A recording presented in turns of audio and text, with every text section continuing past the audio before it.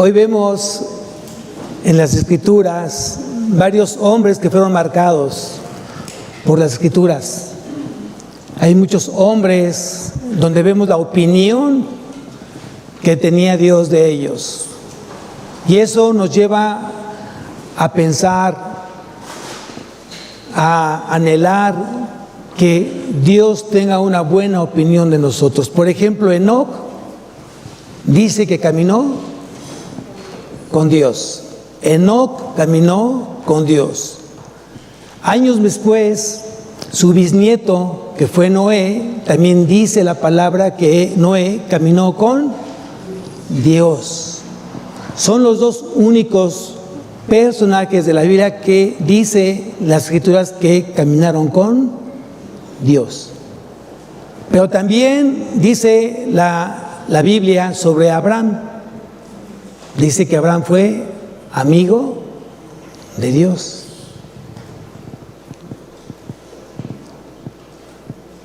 Noé fue llamado el pregonero de justicia. Entonces vemos que Dios hoy pone un adjetivo en aquellos que se esfuerzan por seguirle, por amarle. Dice en las Escrituras que David tuvo el corazón como fue el corazón de Dios. ¿Cuál fue el hombre más manso que habla la Biblia? O más bien, después de Jesús, el único hombre en la Biblia que fue llamado el más manso de ella. Vamos al libro de Números, estamos viendo el Pentateuco, vamos al capítulo 12 y vamos a ver quién es ese personaje que fue el más manso, más que todos los hombres que había sobre la tierra. Y dice, estamos en Números capítulo 12, versículo 1 en adelante, Números capítulo 12, del versículo 1 en adelante, dice así: María y Aarón hablaron contra Moisés a causa de la mujer cusita que había tomado, porque él había tomado mujer cusita. ¿Qué había hecho Aarón y María? Murmurar, hablar, criticar, hablar a las espaldas de Moisés. Y mucha gente hoy tiene ese pecado, ese espíritu en su vida de estar hablando mal de los hermanos, mal del jefe, mal de tus colaboradores, mal del vecino. En lugar que te pongas a orar, te es más fácil estar criticando, estar juzgando lo que tus ojos ven. Pero tus ojos carnales es lo que ven, no tus ojos espirituales. Porque cuando tú comienzas a ver con tus ojos espirituales, te lleva justamente Dios a orar por esa necesidad. Versículo 2: y dijeron, solamente por Moisés ha hablado Jehová, no ha hablado también por nosotros, y lo oyó Jehová. Y aquel varón Moisés era muy, ¿qué dice ahí? Manso, más que todos los hombres que había sobre la tierra. Luego dijo Jehová a Moisés, a Aarón y a María: salid a vosotros tres al tabernáculo de reunión.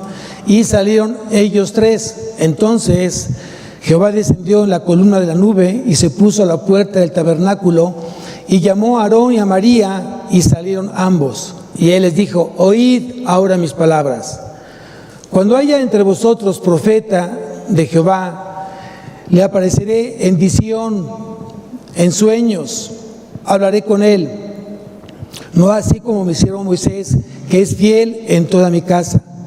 Cara a cara hablaré con él, y claramente y no por figuras, y verá la apariencia de Jehová. ¿Por qué? Pues no tuviste temor de hablar contra mi siervo Moisés.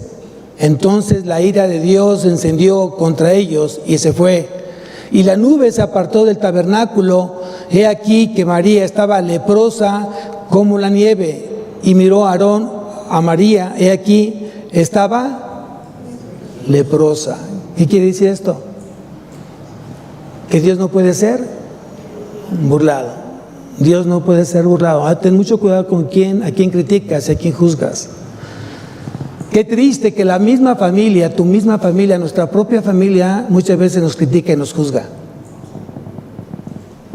Lejos de recibir consuelo y aliento de nuestra familia, son los primeros en juzgar nuestros actos y hablar de ello. Y nos ponen en evidencia ante la demás gente. Y eso ante Dios es pecado. Y a Aarón y María no les importó que era su hermano Moisés. Hablaron mal de él, lo criticaron, lo juzgaron, y Dios vengó. Dios vengó tal situación. Y dice que María le dio lepra. Muchas veces Dios tiene que hablar de esa manera para que tú y yo veamos cuando Dios está inconforme. A veces llegan enfermedades no por sí solas, tienen una causa.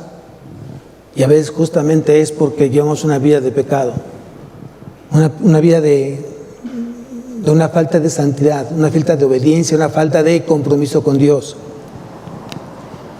Versículo 12, no quede ella ahora como el que nace muerto, que al salir del vientre de su madre tiene ya medio consumida su carne. Entonces Moisés clamó a Jehová diciendo, te ruego, oh Dios, que la sanes ahora. Respondió Dios a Moisés, pues si su padre hubiera escupido en su rostro, no se avergonzaría por 7 días, sea echada fuera del campamento por 7 días y después volverá a la congregación. Muchas veces Dios tiene que tomar decisiones. Y a veces son decisiones muy dolorosas para muchos. Hay mucha gente que no entiende 1, 2, 3 y Dios sigue hablando. Y pensamos que Dios es alcahuete del pecado y eso no es así. Si Dios ya te dijo algo que debes de quitar de tu vida, más vale que lo hagas. No sea que Dios permita algo peor. Y entonces sí tengamos que aprender tal vez con disciplina, con azote. Dios muchas veces nos exhorta con amor, porque la extensión de la disciplina es el amor. A veces tiene Dios que abrir un poquito el nivel hacia la disciplina y a veces tiene Dios que reprender. Y aun cuando el corazón es necio y rebelde, tiene que entonces que azotar. Entonces, el que tenga oídos, que oiga, ¿no? Así María fue echada del campamento 7 días y el pueblo no pasó adelante hasta que se reunió María con ellos. Después del pueblo partió a Eserot y acamparon en el desierto es el carácter de Cristo. Pero aquí dice Jesús, está diciendo que tenemos que aprender del que es manso y humilde. Entonces la mansedumbre no solo es una virtud, sino un arma para deshacer las obras del maligno. La mansedumbre no solamente es una virtud, también se convierte en un arma poderosa para deshacer las obras de las tinieblas. Vea qué tan importante es llevar una vida de mansedumbre. Si Cristo la llevaba, nosotros como seguidores de Cristo tenemos que ser mansos. Y manso es equivalente a ser dóciles. Vamos a ponerlo bajo este ejemplo. Si hoy Dios es el alfarero y tú y yo somos barro, ¿a quién ya tiene la experiencia de hacer una figura de barro? El barro tiene que ser completamente blando.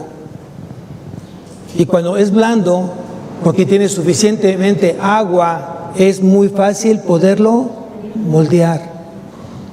Para eso significa, y por eso se necesita la mansedumbre, para que Dios pueda moldear tu corazón, para que Dios pueda moldear tu vida y seas dócil en el llamado que Dios te hace todos los días. Cuando Dios te llama, ¿cuál es tu respuesta? Sí, Señor, aquí estoy, heme aquí. ¿En qué puedo servirte? ¿Para qué soy útil? Eso tiene mucho que ver con tu corazón. ¿Cómo estás preparando tu corazón de ser un corazón manso, moldeable, dócil a las manos de Dios? Y la gran diferencia hoy que nos pueden dar, no solamente del mundo, sino en la propia iglesia. Hay muchos hermanos que están batallando con un corazón endurecido.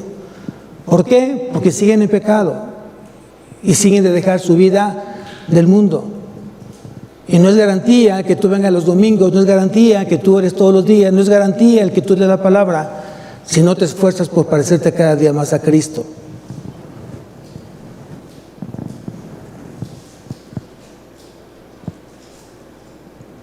Vean lo que es la mansedumbre. El título de la predicación, si quieres anotarlo, es La mansedumbre es de gran estima a Dios. La mansedumbre es de gran estima a Dios.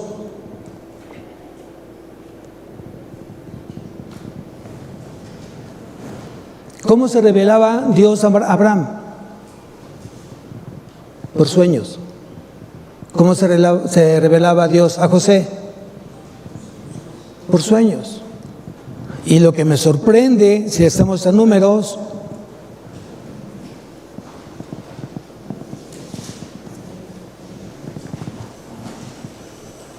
versículo 6, está hablando Dios.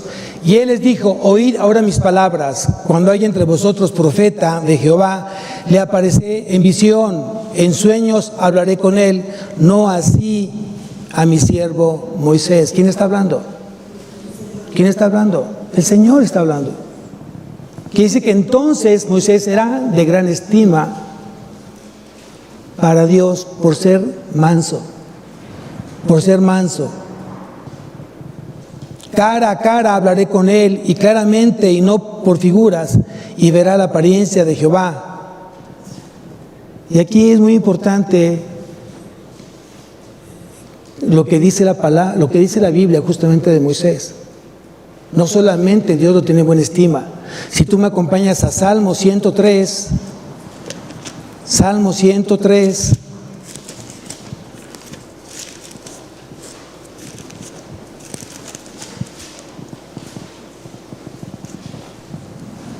¿qué más nos muestra Dios respecto a Moisés? Salmo 103, versículo 7.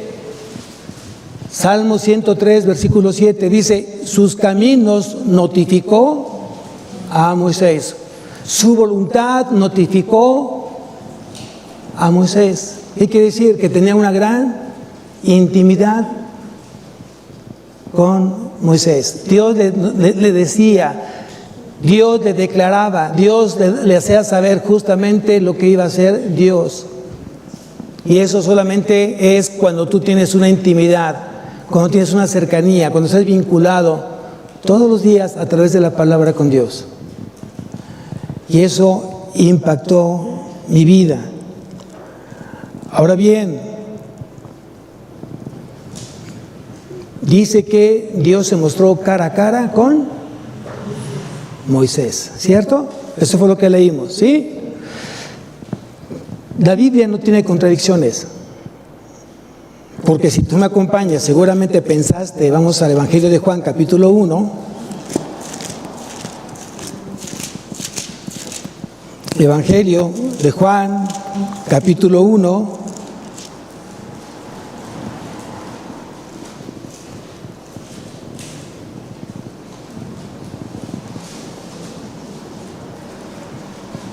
versículo 18. Dice ahí: a Dios nadie le dio, ¿qué dice ahí? Jamás. El unigénito Hijo que está en el seno del Padre, Él le ha dado a conocer. Entonces dice: cara a cara hablaré con Él. Tal pareciera como, o sea, ¿sí lo vio Moisés o no lo vio Moisés? Y aquí dice Juan, el apóstol: a Dios nadie lo vio jamás. Es muy interesante cómo es que hay que leer toda la Biblia, porque no hay contradicción en ella. Si tú me acompañas a Éxodo capítulo 3,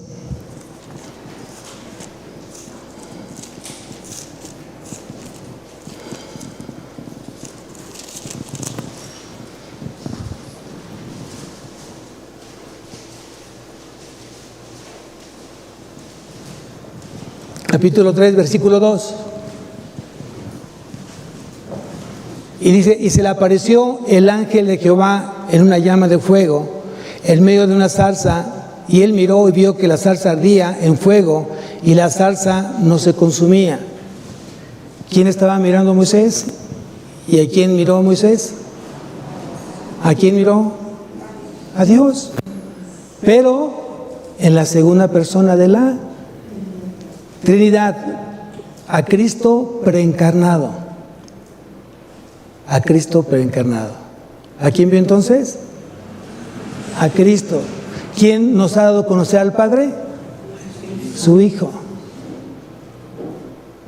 Cada vez que tú lees el ángel de Jehová, ¿a quién se refiere? A Cristo, a Jesús. Y si tú me acompañas nuevamente al Evangelio de Juan, capítulo 17,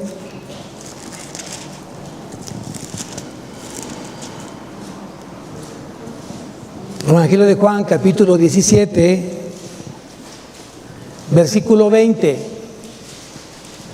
dice, Evangelio de Juan, capítulo 17, versículo 20, mas no ruego solamente por estos, sino también por los que han de creer en mí por la palabra de ellos, para que todos sean uno, como tú, oh Padre, en mí y yo en ti, que también ellos sean uno en nosotros, para que el mundo crea que tú me enviaste. La gloria que me diste, yo les he dado, para que sean uno, así como nosotros somos uno. ¿Cuántos dioses hay? ¿Cuántos dioses hay? ¿Dos o tres o cuatro? ¿Cuántos hay? Un solo Dios, en tres personas distintas. Entonces, ¿a qué se refería justamente Moisés? Que cuando Dios lo vio cara a cara, estaba viendo al ángel de Jehová, a Jesús preencarnado. Y es muy importante que nosotros aprendamos a leer la palabra, a estudiar la palabra, porque seguramente muchos te van a hacer preguntas. Tú como cristiano deberías tener la responsabilidad de conocer a Dios más que cualquier otra persona. Si no tienes el tiempo para conocer a Dios, entonces, ¿qué estás haciendo con tu vida? Yo le pregunté y le cuestioné hoy en esta semana a varias personas y les dije, ¿qué eres? Uno me dijo, yo soy doctor. El otro me dijo, yo soy ingeniero.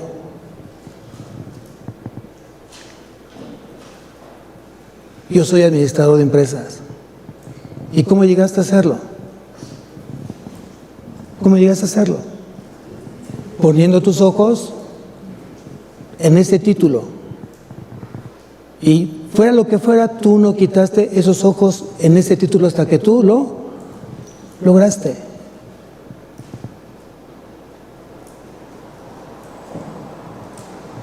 ¿Tú qué eres? ¿Qué eres? Soy un cristiano, porque tengo los ojos puestos en Cristo. Y así como tú lograste una carrera y no te importó malpasarte, no te importó pasar tiempo de prueba, no te importó pasar exámenes, no te importó tener maestros exigentes y otros barcos, no te importó que tus compañeros se burlaran de ti, tú tenías un solo objetivo: terminar la carrera. Hoy yo te pregunto a ti, ¿qué no sería más importante el que tú logres llegar a donde está Cristo? ¿No sea lo más importante en tu vida? ¿O habrá algo más importante que Cristo? Yo digo que no. Por Él y para Él y en Él fueron hechos todas las cosas, incluyendo a nosotros. Si tú no ves de esa manera a Cristo, entonces creo que no estás viendo bien. Estás desfocalizado. Si no es Cristo suficiente en tu vida, algo está pasando entonces en tu fe, porque Cristo tendría que ser suficiente en tu vida. No necesitas más cosas más que Cristo, solo Cristo.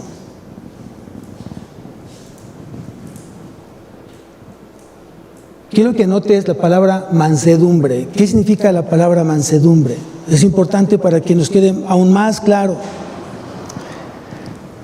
Significa dócil, significa bondadoso, significa mostrar fortaleza, significa serenidad,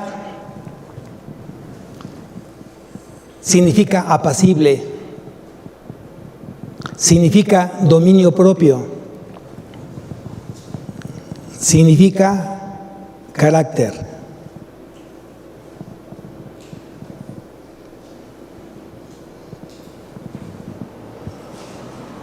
Es lo que significa mansedumbre. Si tú me acompañas nuevamente al libro de Números, y quiero que leamos el versículo 7, por favor. Números 12:7 dice: no así mi siervo Moisés. ¿Quién era Moisés? ¿Quién era Moisés? Un siervo. Era un esclavo. ¿De quién? Del Señor. Pero un esclavo voluntario. ¿Cuántos siervos, cuántos esclavos voluntarios hay aquí para Cristo? ¿Amén? ¿Sí? Es importante eso. Yo quiero ser esclavo de Cristo, voluntariamente yo lo soy. Él es mi amo, Él es mi Señor. Él me compró por precio de sangre. Yo le pertenezco, completito. Pero dice el versículo 7, no así mi siervo Moisés, que es fiel en toda mi casa. ¿Qué busca Dios? ¿Qué busca Dios? A ver, vamos a ver entonces. Dice en la primera carta a los Corintios, capítulo 4, primera carta a los Corintios, capítulo 4, versículo 2, dice: ahora bien, se requiere de los administradores que cada uno sea hallado fiel. Ahora bien, se requiere de los administradores que cada uno sea hallado fiel. ¿Sabes qué significa fiel? Digno de confianza. Anótalo. Fiel es equivalente a digno de confianza. Quiere decir que todo lo que Dios te ha confiado, tiene la plena confianza en ti que vas a darle buenas cuentas. Todo lo que Dios te ha dado, ese matrimonio que tienes, esos hijos que tienes, este trabajo que tienes, esa casa que tienes, ese auto que tienes, ese dinero en el banco que tienes, todo lo que Dios te ha dado, como administrador de lo suyo, Él espera que le des buenas cuentas.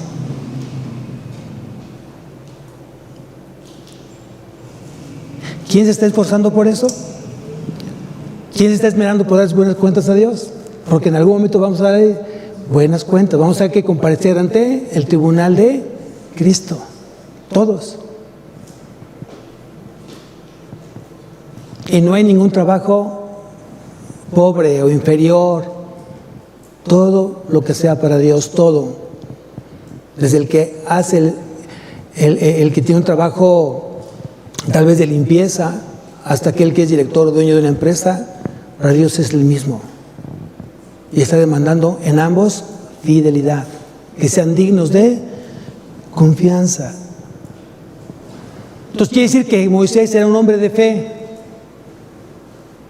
Moisés era un hombre de fe, un hombre que creía en Dios, un hombre que veía justamente a lo invisible.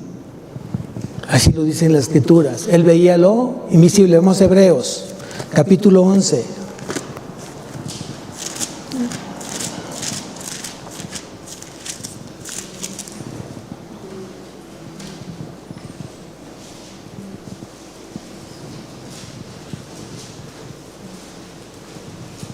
Hebreos capítulo 11. Vamos a leer desde el versículo 24. ¿Quién era Moisés? Dice aquí, versículo 24. Por la fe Moisés, hecho ya grande, rehusó llamarse hijo de la hija de Faraón, escogiendo antes ser maltratado con el pueblo de Dios que gozar de los deleites temporales del pecado. Ese era Moisés. Sigo leyendo. Teniendo por mayores riquezas el vituperio de ¿quién? De Cristo, que los tesoros de los egipcios, porque tenía puesta la mirada en él, galardón. ¿Cuál es tu galardón? ¿Cuál debería ser tu galardón? Para mí es Cristo. Él es mi galardón. Él es mi recompensa. Él es mi premio.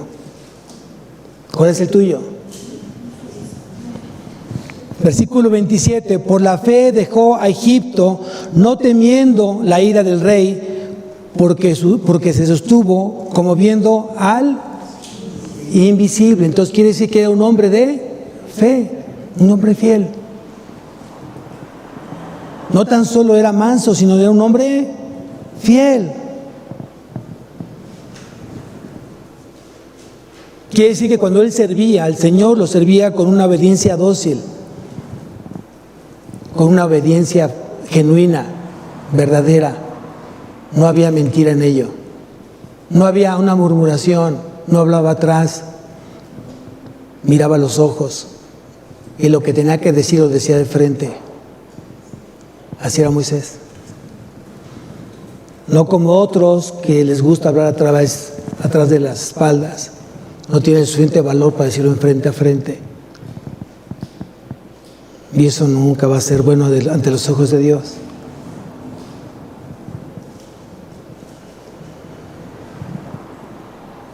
¿Cuál era la promesa que tenía Faraón para Moisés? Ser el próximo Faraón. Y él rehusó a ello. ¿Qué te ha prometido el diablo? ¿Mejor riqueza? ¿Mejores glorias? ¿Una mejor carrera? ¿Una mejor economía? ¿Sabes que mucha gente sigue todavía buscando santeros, leyendo las manos, buscando el café, que le lean las cartas, conociendo la verdad? ¿No saben que eso es pecado y es abrir puertas a lo oculto? ¿Y que su postre viene siendo peor que el primero? Ten mucho cuidado con eso. Dios mire de manera diferente a aquellos que ya conocen su palabra que a aquellos que no la conocen. Hay de aquellos que están tratando de burlarse de Dios.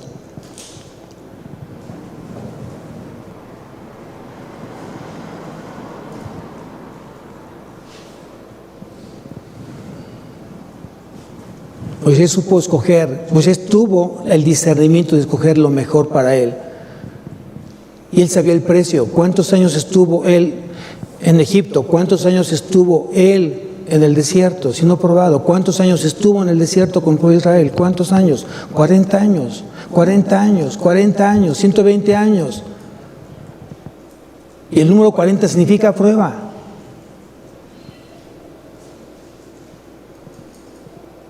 Quiere decir que todo nuestro andar con Cristo va a estar aparejado con pruebas de cualquier índole, de salud, económicas, familiares, emocionales. Dios va a probar tu fe. Dios va a probar tu fe. ¿De qué estás hecho? ¿De qué estás hecha? ¿Cómo es que tú estás enfrentando hoy tus situaciones que tienes en casa? ¿Con cuánta fe? Todas esas decisiones que estás tomando, ¿cuánta fe hay en ella, en esa decisión?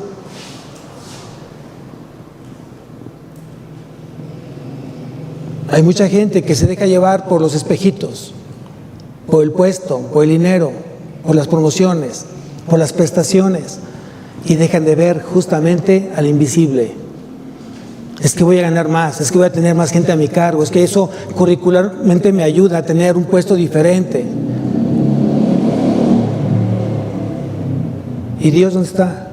No, sí, está Dios ahí los domingos, pero yo quiero ser director, quiero tener una empresa, quiero ser un comerciante, quiero ser de aquello, quiero ser el otro. No, Cristo es el fundamento de tu vida, no se te olvide. Y sobre ese fundamento tienes que edificar con 3 materiales: oro, plata y piedras preciosas, porque son los únicos materiales que pueden ser probados por el fuego. Hay muchos que están sobreedificando con heno, con madera, con hojarasca, pero cuando pasen por el fuego, ¿saben lo que le va a pasar a esos materiales? Se van a quemar. Muchas acciones, muchas obras que estás haciendo hoy en tu vida están fundamentadas con madera, con heno, con hojarasca. Y cuando pasen por los ojos de Cristo, se van a sumar, se van a quemar, no van a permanecer. solo aquellas obras que le den la gloria a Él, solo aquellas obras que le dan la excelencia a Él. Esa es nuestra vida y para eso fuimos hechos hijos de Dios. Porque Dios preparó de antemano esas buenas obras para que anduviésemos en ellas. Es lo que dice justamente la palabra.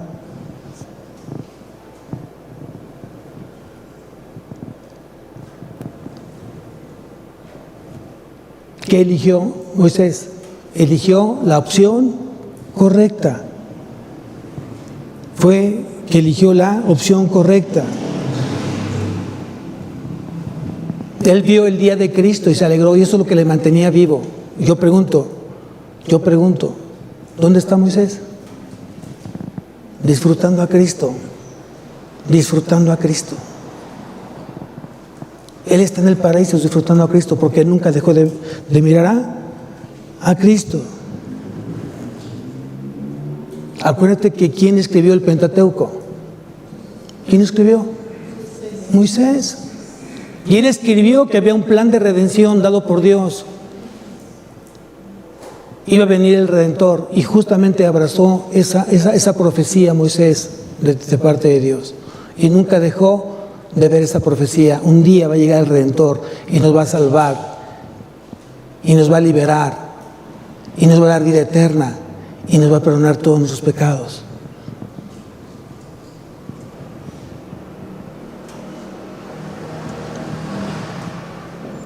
Una fe sin obra, una fe sin obediencia es una fe muerta en sí misma.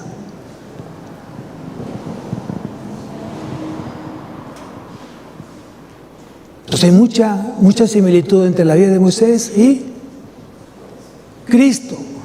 A ver, vamos nuevamente a Hebreos.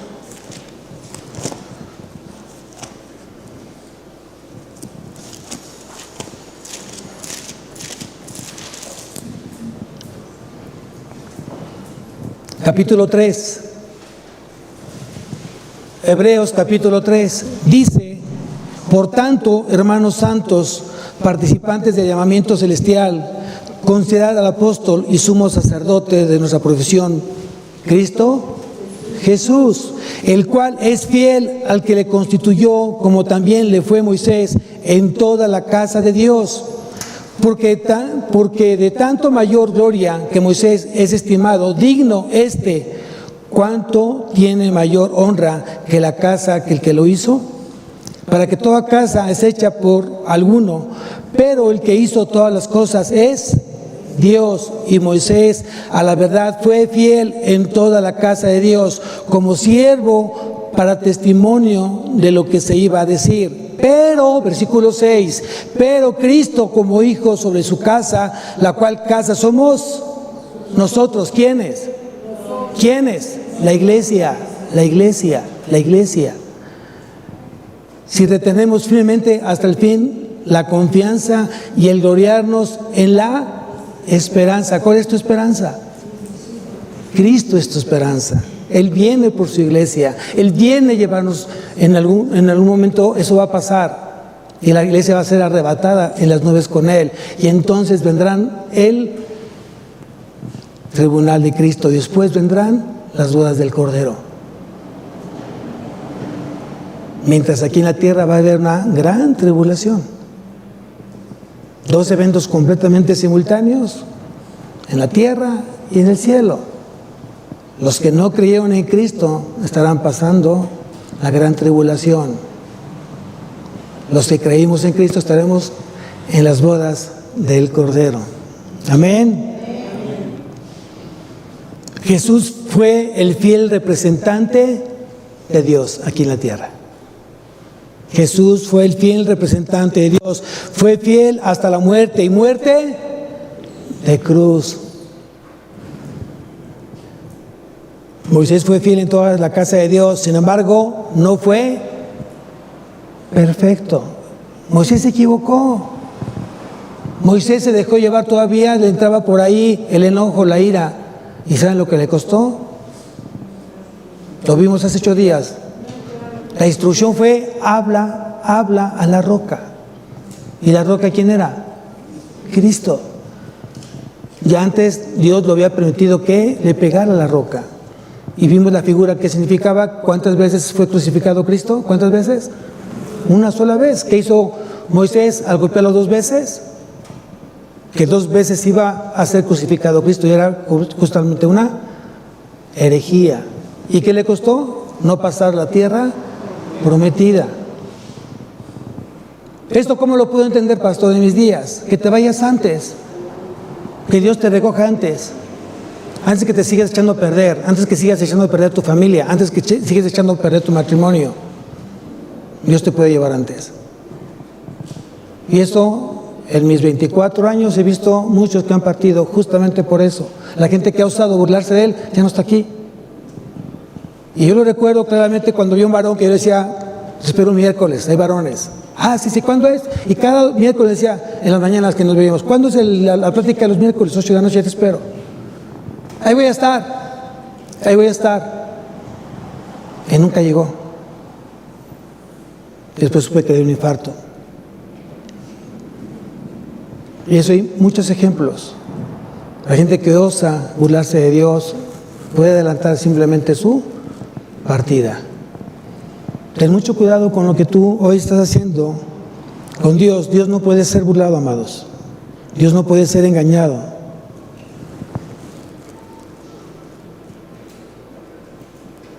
Moisés le ganó la ira, fue unos minutos donde él tomó una mala decisión y le costó justamente el no poder pasar a la tierra prometida. ¿Cuánta ilusión tenía Moisés? Tal vez cuando estemos con él le vamos a preguntar, ¿cómo te sentiste? Seguramente dijo, mal. Yo tenía mis ojos justamente en ese galardón, pero me dejé llevar por mi carne, me dejé llevar por mis deseos, me dejé llevar por mis pasiones y me costó justamente el no pasar a la tierra prometida. ¿Cuánta gente sigue viviendo justamente bajo sus pasiones? ¿Cuánta gente sigue todavía fundamentado en su alma? Son almáticos, en sus emociones, sentimientos, voluntad. Cuando el alma tiene que estar sujeta a través del Espíritu. Cuando tú alineas tu alma, tus emociones, tus sentimientos, tu voluntad, tu inteligencia a la voluntad de Dios, eres un hombre exitoso. Y todo te saldrá bien. Y serás de gran estima para Dios. Eso es importante que tienes que aprender el día de hoy. Lo hemos dicho varias veces. ¿Cuál es tu propósito? O la pregunta que debería hacerse, ¿tu vida tiene un propósito? ¿Cuál es tu propósito? ¿Ser mejor esposo? ¿Ser mejor papá? ¿Ser mejor empleado? ¿Ser mejor persona? ¿O ser mejor hijo de Dios? ¿Cuál es tu propósito? Y tienes que estar orando sin cesar. Señor, yo quiero ser ese hijo que tú hoy estás demandando de mí. ¿Cada cuándo hay que orar? Las 25 horas del día. Ora las 25 horas del día, óralo. Y pide a Dios, quiero ser un hijo tuyo como tú demandas. Quiero ser manso y humilde como fue nuestro Señor Jesucristo. Enséñame a hacerlo, cámbiame. Y pídeselo en todo momento. Enséñame a poner los ojos en ti. Hoy quiero alinear mi corazón en ti. Hoy quiero hacer las cosas que a ti te agraden. Y estás orando continuamente, en tu trabajo, en tu casa, en el trayecto, en la plaza. En todo momento estás orando sin cesar a Dios, justamente eso. Y yo te desafío esta mañana, hazlo de esa manera y platicamos en 2 meses, en 1 mes, a ver cómo te está yendo. Por supuesto que Dios quiere que seas un buen esposo, pero primeramente no puedes ser un buen esposo si no eres un buen hijo. Yo quiero ser un buen padre, pero si no eres un buen hijo de Dios, ¿cómo vas a ser un buen padre? Yo quiero ser un buen estudiante, un buen empresario. Si no eres un buen hijo de Dios, ¿cómo lo vas a conseguir? ¿Qué es lo que dice la palabra? ¿Qué es lo que dice justamente Cristo? Buscad, más buscad ¿qué? Primeramente tu carrera. Busca primeramente tu dinero, busca primeramente tu negocio. Busca primero tener tu herencia, entonces luego me sigues. ¿Así es lo que dice Jesús? No. Busca primeramente el reino de Dios. ¿Quién es el reino de Dios? Búscalo Él primeramente. Lo primero que tienes que hacer cuando tú abres tus ojos, búscalo a Él. Habla con Él, platica con Él, ámalo a Él. Ámalo con todo tu corazón, con toda tu mente, con toda tu alma y con todas tus fuerzas. Y en un mes me vas a preguntar, o yo te voy a preguntar, ¿cómo te sientes? ¿Sabes cuál es la respuesta? Mucho mejor, pastor. Justamente eso es el secreto de una vida cristiana. Ponerlo justamente en el centro de nuestra vida. Moisés fue fiel en toda la casa de Dios. Y si Moisés pudo, ¿tú no puedes? Si Pablo fue, ¿tú no puedes? Si Pedro fue, ¿tú no puedes? ¿O qué te hace diferente? Porque el mismo espíritu que tenía Pablo, el mismo espíritu que tenía Jesús, es el mismo que tenía Moisés y el que tienes tú y el que tengo yo. Es el mismo espíritu. ¿O no te gustan los desafíos? ¿No te gustan los retos? ¿O eres conformista?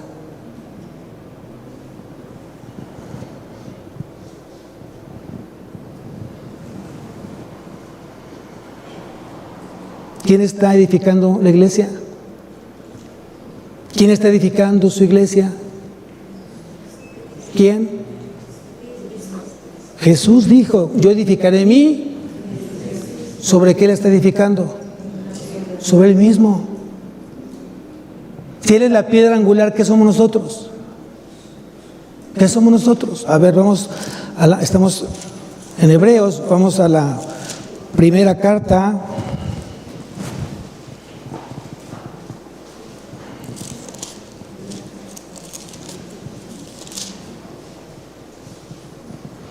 Primera carta de Pedro, capítulo 2.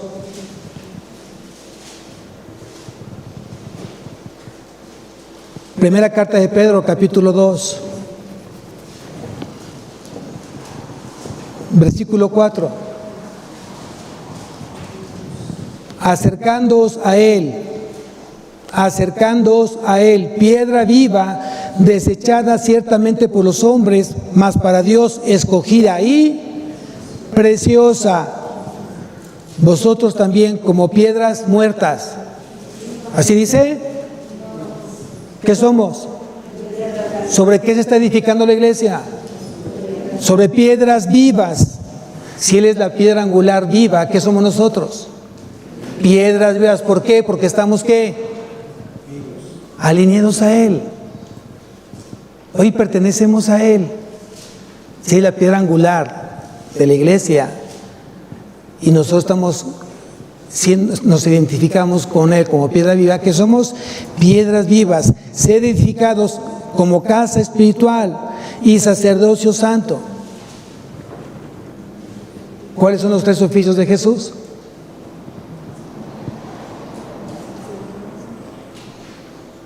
Sacerdote, profeta y rey. ¿Por qué somos sacerdotes? Porque dependemos del sumo sacerdote.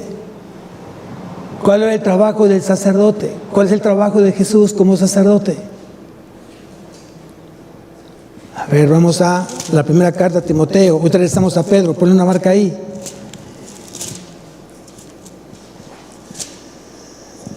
Primera carta a Timoteo, capítulo 2. Versículo 5. Subráyalo. Es importante que lo tengas subrayado este pasaje. Te va a ayudar a evangelizar.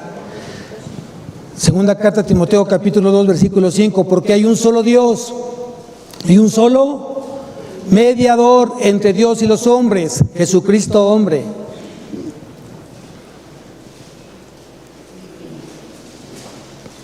Como sacerdote, como nuestro sumo sacerdote que es Cristo, nuestro mediador entre Dios y los hombres. ¿Quién intercede por nosotros? ¿Quién nos defiende? ¿Quién es nuestro abogado? ¿Quién? Cristo. ¿Necesitamos otro más? ¿Necesitamos alguien más? No. ¿Cuánta gente vive en ignorancia? ¿Cuánta gente dice, además de Jesús, yo necesito pedirle a X, Y y Z? Digo, no. Aquí dice la Biblia que solamente tenemos un solo mediador entre Dios y los hombres, Jesucristo, hombre. Entonces, como sacerdote, Él es nuestro mediador. ¿Quién está intercediendo por nosotros en el cielo? Cristo. ¿Quién está pidiendo por nosotros? Cristo. ¿Quién nos está defendiendo de la ira de Dios? Cristo. Cada vez que tú y yo pecamos, voltea a Dios a vernos y dice Jesús, Padre, yo ya pagué por el pecado de tu Hijo. Ya todo está cargado a mi nombre, Señor. Por eso hoy todos los que creemos en Cristo somos justificados. Hemos sido perdonados. ¿Y sabes qué significa eso?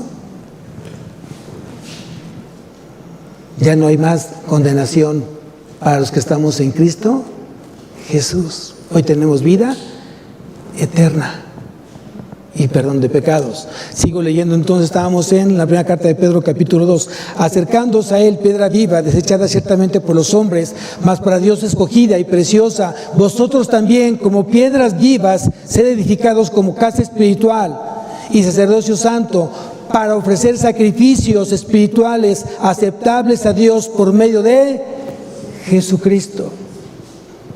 El único sacrificio acepto a Dios fue el que dio Cristo en la cruz. Fue el único. Y de ahí todo recae justamente en el Hijo. Todo pecado recae en el Hijo, ya fue pagado. Ya fue saldado. A eso se le llama justicia imputada. Todos los pecados se le atribuyeron a Cristo. Por eso somos justicia de Dios. Somos llamados justicia de Dios a través de Cristo Jesús.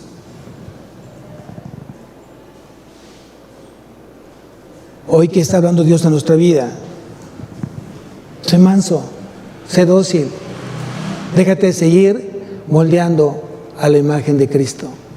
Estamos en una etapa de santificación. Dios nos está limpiando en todo momento. Estamos creciendo cada día más en santidad, más en obediencia. Eso es justamente eso. Los que estamos hoy siendo santificados, ya no hay manera que te vayas para atrás. Ya no, Dios mismo, a través de su Espíritu, nos va a llevar justamente a ver hacia adelante, a ver a Cristo como el autor y consumador de la fe.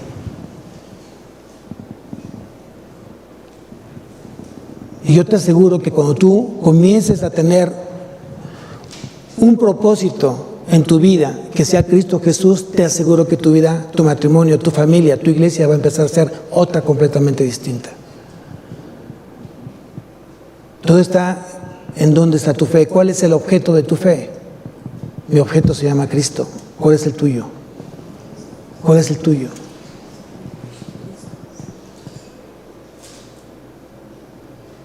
Si realmente hoy tenemos los ojos puestos en Él, si realmente hoy estamos convencidos de que Él ya nos ha perdonado, nos ha elegido, nos ha escogido y hoy vamos a estar siendo glorificados en el tiempo de Dios, nos busca cómo complacerlo a Él. Cuando yo escuché de un pastor diciendo, si Dios dijo, Él es mi Hijo amado, en el cual yo tengo complacencia, todos los que pertenecemos y somos hoy de Cristo, entonces quiere decir que yo también soy un hijo con el cual Dios se complace. Porque yo estoy vinculado a Cristo. Él es la vid y yo soy el pámpano. Y yo estoy pegado a mi Cristo. Y por lo tanto, Dios está complacido conmigo. Pero algo importante, no porque lo diga, no porque lo digas, sino porque te esmeras justamente permanecer, estar unidos en la vida verdadera. Hoy buscas hacer justamente su preciosa voluntad en todo. queriendo que Él se complazca en todo de lo que tú hoy decidas. Si no es así, no puedes llamarte hijo. Y quiero que sepas otra cosa, ya no da tiempo, pero no existen los huérfanos. No existen los huérfanos. Eso va a ser un tema de predicación, pero quiero cerrarlo con esto. Vamos a Juan capítulo 8, Evangelio de Juan capítulo 8. No hay huérfanos. Evangelio de Juan capítulo 8, versículo 44.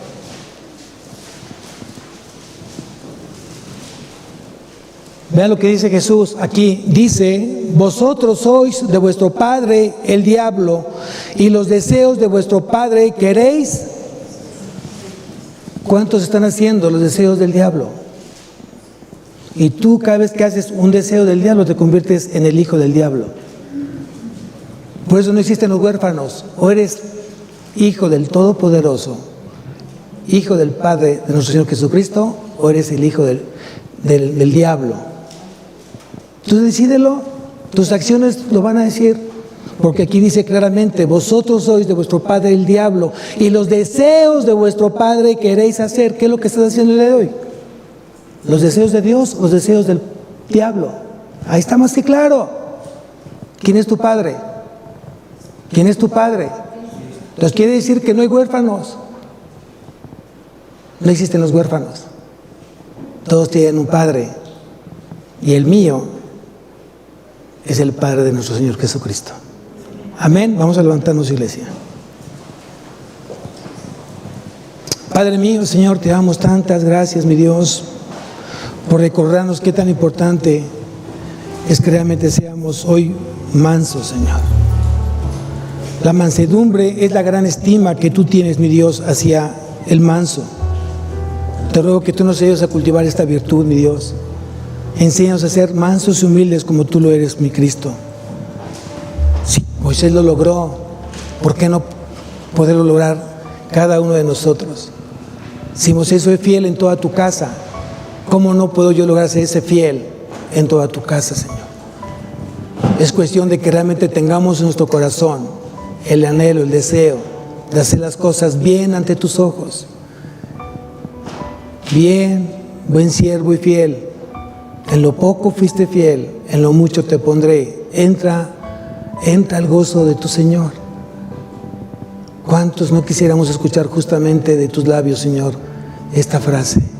Bien, buen siervo y fiel. Padre, ayúdame. Quiero ser fiel a ti. Quiero ser manso y humilde delante de ti. Quiero ser un hombre digno de confianza delante de ti. Ayúdame a hacerlo, ayúdame a lograrlo. Yo sé que me has dado tu Espíritu Santo, sé que me has dado tu palabra. Hoy dame el querer como el hacer para cumplir justamente con esta demanda tuya. Y lo haré con todo mi amor, convencido de que realmente es lo mejor para mi vida, parecerme cada día más a Cristo. Y si me parezco más a Cristo, mi matrimonio, mi familia, mis hijos, mi trabajo, todo aquello que tú has puesto en mis manos te reflejará y te da gran excelencia, gran gloria a ti, Señor, porque para eso hemos sido llamados, para que seamos un instrumento útiles en tus manos, que te den la honra y la gloria, Señor. Te damos las gracias esta mañana por tu amor, por tu perdón de los pecados, Señor, y porque tú nos has prometido vida eterna. Haz que esta semana sea plena en ti, Señor. Haz que esta semana sea llena de ti. Haz que esta semana, Señor, mis ojos estén puestos en ti. Y yo sé, Señor, como le dijiste a Marta, y no te he dicho que si crees, verás la gloria de Dios. Alabado sea tu nombre, Señor. Amén y amén.